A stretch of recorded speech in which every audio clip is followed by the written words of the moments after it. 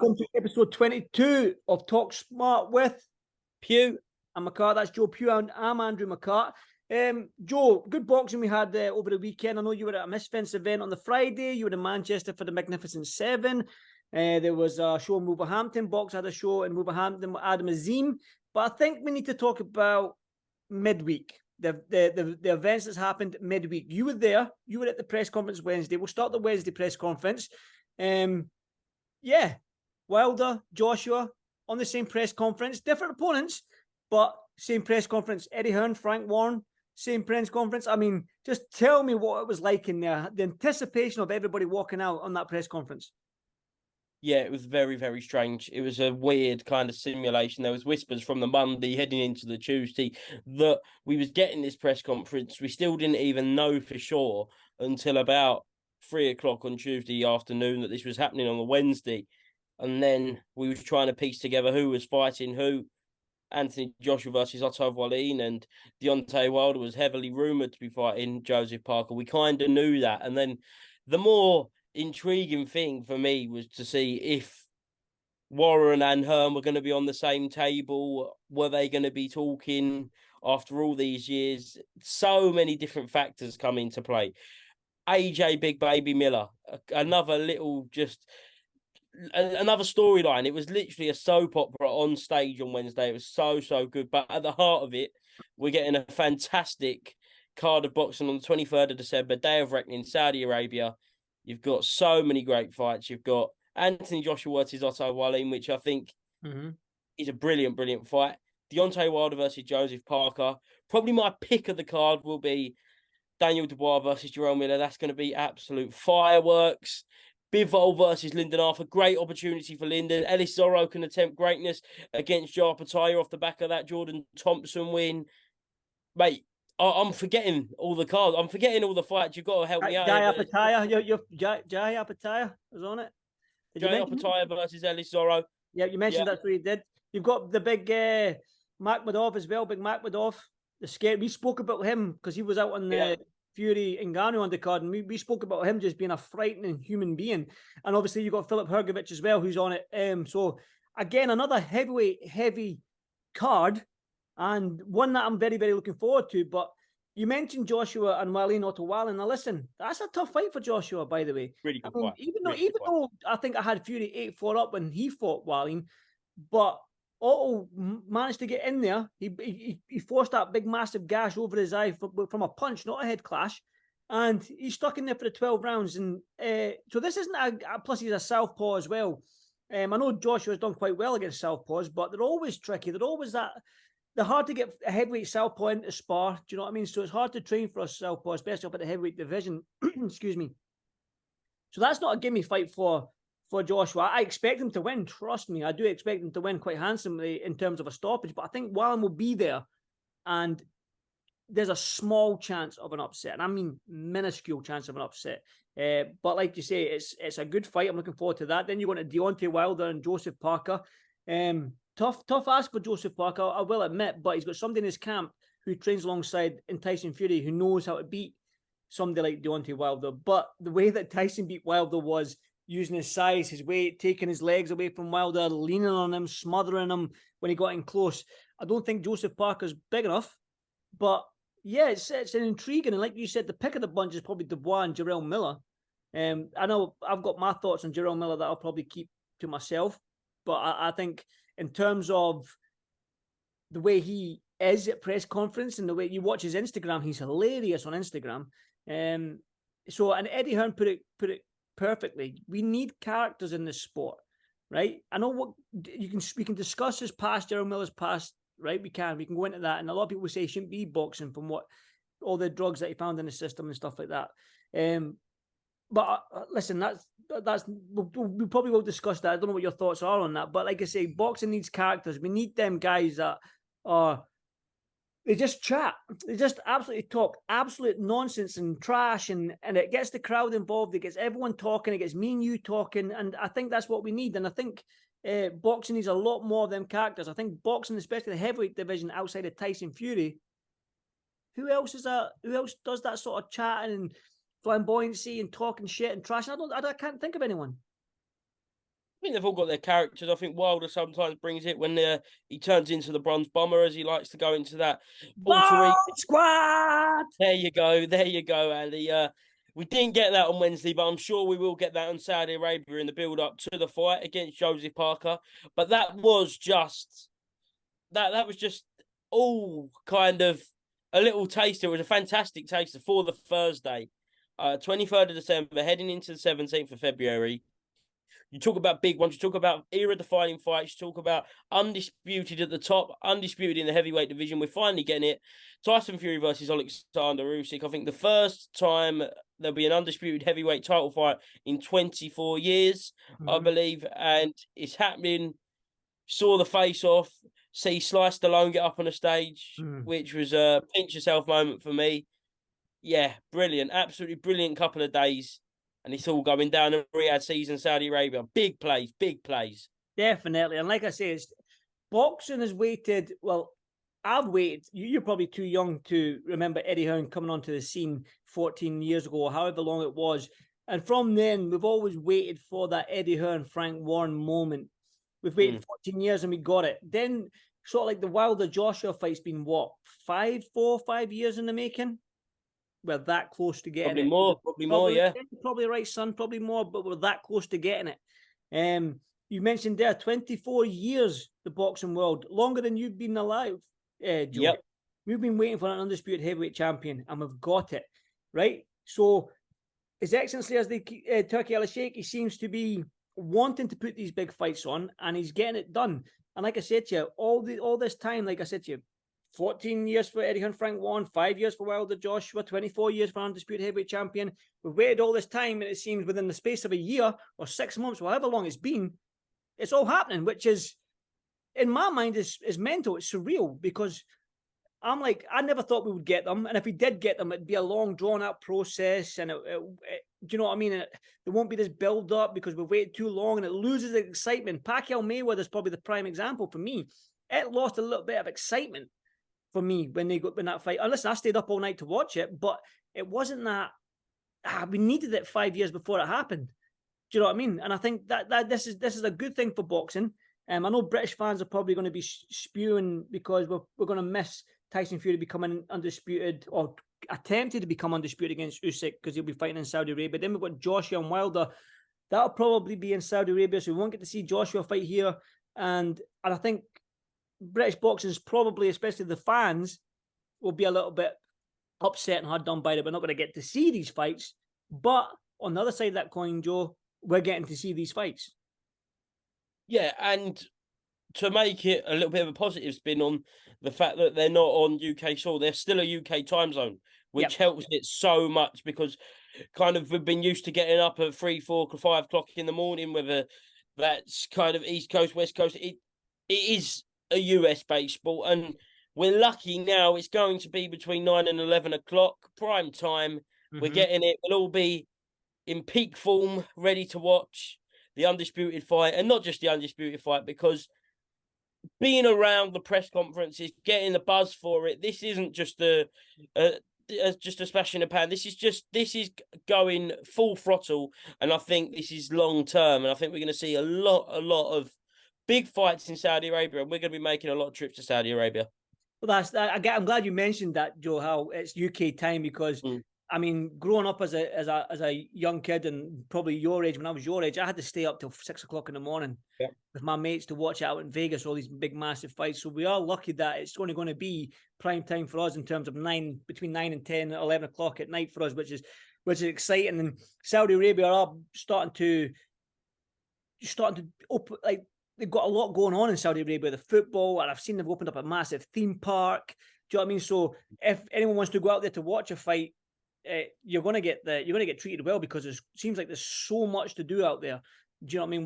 While you're waiting on a fight week, so it's exciting times, and we're going to make a couple of trips out there, which I'm looking forward to, and I'm sure you are as well, young man. So yeah, I'm buzzing, mate, and like I say, I think I'm excited for Jaya Pattaya, because I watched him against Big John Thompson, and that was the first time I really watched him, and then I started watching him on YouTube and finding out about him. I'm really excited about him, and then you got Dimitri Bivol. It's just insane. It's just absolutely insane, and I'm buzzing for it, mate. And yeah, I can't wait. I honestly cannot wait, Joe. Neither can I, mate. It's certainly going to be a mad kind of, what are we?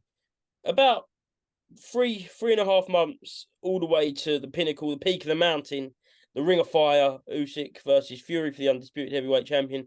But 3 months is going to be, and there's going to be some really good fights along the way. And we had a few of them last night. If we segue into the Magnificent Seven card, Sweet segue there, Joe. Listen, that was sweet, man. in the AO Arena, Manchester, I was there. Some really good fights. Really, really good fights. I think the pick of the bunch for me was Nick Ball versus Isaac Dogboe. Really did not fail to disappoint. I think any hardcore boxing fan knew that they was in for a treat with this one. I've been a big Nick Ball fan for a long, long time now.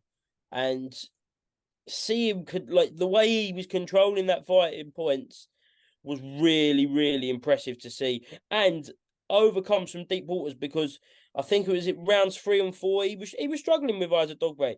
And Isaac Dogboe's been in there, done it with the world's very, very best. And now he is mandatory for the WBC featherweight title, which I believe Ray Vargas holds that title. So it'd be really Brandon Figueroa is the interim WBC champion, so I don't know how they're going to maneuver around that, because I know Ray Vargas is the WBC champion, but then he went up to super featherweight, I think, did he not? To fight, who did he go up to super feather to fight? I'm not too sure, but he went up to super featherweight, and then they made Brandon Figueroa the interim WBC champion. So there's basically 2 WBC champions right now in that division. So I don't know how they're going. Listen, I think Nick Ball deserves a straight shot at that title, so he deserves a straight shot, or even Figueroa fight Ray Vargas to see who the real champion is, and then Nick Ball gets the winner of they two. So. Listen, that was a couple of months ago I read that, so I'm not too sure if that's still the case. So I'll need to double check that. But like you said there, Nick Ball, man, he is a ferocious little tank, and I think a tank is the best way to describe that young man. Yeah. Do you know what I mean? He is just absolutely ferocious. And watching the show last night on TV, Joe, obviously you were there, so you wouldn't have heard what Buncey said. Buncey basically said we're going to see drama, upsets, knockdowns, this, that, and the fourth, right? And he was right. He was right. We had upsets on the card, up and down the card. We had Echo Usman losing his. I think he defended that British title for the 5th time against Harry Scarf. Great performance. Great performance by Harry Scarf. Yeah, totally. Really good performance. Just talking about that performance, and you were there. What was it like for Harry? Because he's been like, in his own words, he was always been the B side. He's always been the challenger, right? He's always been chasing. But now he's the champion, so now he's going to be hunted. Just talk to me about sort of like his reaction to it all and his performance last night. Yeah, look, Echo's stayed around this domestic level for a hell of a long time now. He's a proven British title holder, defending it on multiple occasions. And Harry Scarf, I think him and his team, speaking to Clifton Mitchell months back when he was mandatory for this title, just believed they had his number. And he stuck to the game plan really well for most of the fight anyway, and it was just a brilliant performance. Them Derby fans come out to Manchester, really exciting. But the upset of the card, come on. I see 12-1 on some betting sites. It's got to be domestic upset of the year, I think. It's Nathan Heaney. Fairy tale story. 6 years ago, full-time teacher, decides to give it a crack. 6 years later, crowning moment, brings 2,000 fans to the AO Arena, formerly known as the MEN, an iconic boxing arena in the UK, screaming Delilah. He's screaming himself to the ring, which was madness, and goes in there. And you're talking about proven British champions. You don't get more proven than Denzel Bentley, who went and fought Janibek and put a very, very good performance in. So Nathan Heaney, I can only just clap in admiration, because, wow, yeah, no one could believe it, apart from the 2,000 Stoke fans in the AO Arena. Yeah, I agree. Like I said, these British, we've mentioned this a number of times, Joe, is that when you've got 2 British fighters fighting for that British title, it just means everything to both fighters, whether you're defending it, fighting for a vacant title, you're the challenger for it. It seems to always produce the goods. And it's proof in the pudding. That title just means so much. I think as being around the scene that I have, you ask any young fighter that's just turned pro, their main objective right there and then is that British title. after that British title, everyone wants to be a world champion. That's a given. But if you were to say to somebody, a British fighter, what is your immediate goal right now? You've turned pro. And they'll all say, 99% of them will say that British title. Yeah. Do you know what I mean? It just means so much to them. And we got that last night. And yeah, it was just an absolutely great performance. Liam Davis as well, who's becoming a great fighter in his own right in that super bantamweight division. Do you know what I mean? So, yes, it was a good card last night. Nathaniel Collins, who's a featherweight, he put on a good performance last night as well. So it was a great card last night, and Magnificent Seven suited it perfectly, I believe. Solomon Daker's got a hard-fought win against Webster as well. So, yeah, great card, great card. And how did you find it in Manchester? Obviously, you don't have that big standout name superstar that normally is at that MEN arena, but listen, you've got probably 5 or 6 future stars on that card. Yeah, it was a strange one, to be honest, because for me, it weren't built up to your main event like most cards are. There was 7 really good fights. Talk about Sol Dakers. He admits himself he underperformed. He came in 2 weeks' notice because Kakashi Garner went off the card, which hopefully gets rescheduled because that's a great fight in its own right. But yeah, it felt like it at the end because of those Stoke fans. One of the best atmospheres I've heard in a very, very long time. But yeah, just from top to bottom, a very, very good card. And it's going to be really interesting to see where a lot of these fighters go next. More importantly, Nick Ball and Liam Davis. I'm really excited to see where they go. I know Liam Davis is ranked, I think, 6th and 7th with the IBF and WBC. So he's highly ranked. He's in a great position going into next year. Another incredibly exciting fighter. And yeah, a really solid domestic card. And I think it's important to remember that, okay, we haven't got a superstar on this card, but these are our bread and butters, really, because you aren't going to get a Day of Reckoning. You aren't going to get a Ring of Fire every month. You're going to get them, well, in the case of the Undisputed Heavyweight title fight, once every 24 years.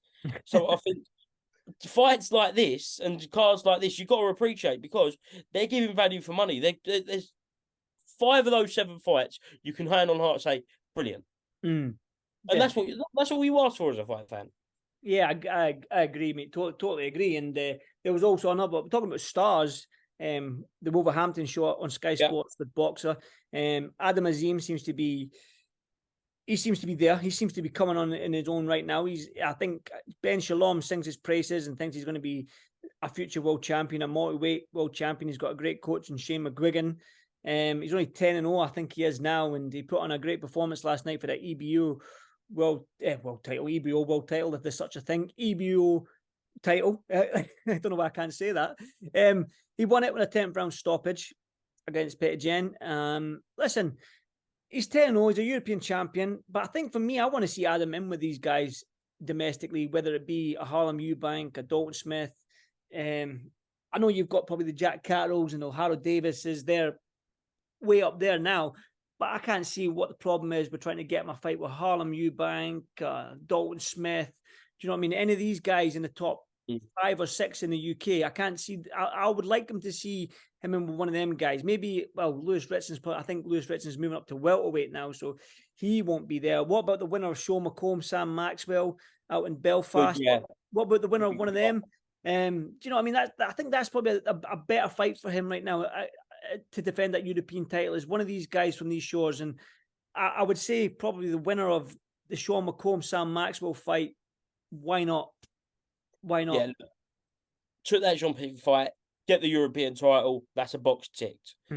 But when you are 10-0, when at the minute you arguably are the face of Sky Sports Boxing, you've got the Sky machine strapped to your back and it's full steam ahead. So if he's as good as everyone's saying he is, which I have full confidence he is, he needs to step up and he needs to fight these fighters. It's going to be difficult to match him because of the talent, and I'm sure he wouldn't avoid him. But if Dalton Smith can get a world title eliminate, I'm sure he's going to take that over Adam Azim. So it's very difficult, and I think Harlem Eubanks, well, he's moving up to 147, as is Lewis Ritson. So yeah, the Maxwell winner, great fight, but it's going to be hard. It's hard to hold Adam Azim back, and it's another one where we kind of need to see him. We need to see him fight someone. Yeah, I know the mandatory challenger for that European belt was in the ring last night, so I think that might be the route they're going down to defend that European title against the mandatory. I don't know who it was. I just sort of flicked through it and saw that he was in the ring doing a face-off with Adam. So that's probably the route that they're going to take, which is, listen, fair play to him. Like he is, he's only 10-0. He's only young. But when you're doing this to these guys, you need that step up. Do you know what I mean? He's blown these guys away with relatively ease, and he's not had that sort of he's not gone through that adversity moment yet. Do you know what I mean? Where a young fighter's come back to the corner and he's got a cut. Do you know what I mean? And it's pouring in his eye, that little bit of adversity, or maybe he's been rocked, or he's been hurt, or he's been dropped to the body and he's took a knee. He's not went through that yet. Do you know what I mean? And that's I think that's the type of fight he needs, to go for that little bit of adversity. Do you know what I mean? And yeah, but listen, don't take it away from him. You've got to beat who's in front of you, and he's smoking everyone in front of him. So listen, fair play to him. And listen, we mentioned the Riyadh season and the Ring of Fire and all this sort of stuff and all these shows that are happening. And we're seeing promoters working together now. And obviously, Adam Azim, if he wants to fight these guys that we're talking about, he's going to have to work with Frank Warren. Ben Shalom's going to have to work with Frank Warren or an Eddie Hearn. And I think for the sake of boxing and the way Eddie Hearn's been speaking to me of late in the last couple of times I've interviewed him, he wants to make these fights now. And I think that Eddie will probably be open to talking to Frank a lot more now since they've worked together, maybe even a Ben Shalom. Do you know what I mean? Because they're the three main guys in here in the UK. And I think if we get them three working together to get these big fights made, because like I said, these big shows might go to Vegas still. They might go to Madison Square Garden. They might go to Saudi Arabia. So for us to get very, very good fights here, for us to watch, so we can go and buy a ticket and sit ringside or sit somewhere in the stadium, the arena, we need these three promoters to work together. And I think hopefully this might be the start of something massive in 2024. Yeah, well, you talk about big fights in Saudi, Vegas, big fight in Dublin this week that you're at, Andy. I'm sure you are absolutely buzzing for that. I'm wearing my Conor McGregor Black Forge t-shirt. Black Forge, absolutely love a bit of Forged. Yeah, rematch. Make or break for Katie Taylor, sink or swim, last chance. Yeah, I think, she's 36, 37 now, maybe even a little bit older, I think, Katie Taylor. Certified legend as well. Yeah, certified legend, man, what she's done in the sport. And there was a lot made when last time out was Chantel Cameron, when she was homecoming in Dublin, was the fact that she used to pretend she was a boy to get fights, and when she was younger, and she's really been sort of the driving force, the catalyst that's kickstarted all this women's boxing. She's done it. She was the main one because she was a superstar in the amateurs before she even came pro. We did anyway. The Celtic nations in Scotland and Ireland, we all knew about Katie Taylor. Yeah. Long before, maybe even in England as well. Do you know what I mean? We all knew about her because of her superstardom in the amateurs. But sink or swim, I think she's 36, 37 years old, and she's had a lot of fights if you include her amateur fights. And she's fighting Chantel Cameron, who's a great champion. And what is it for the super lightweight? So it's a weight above.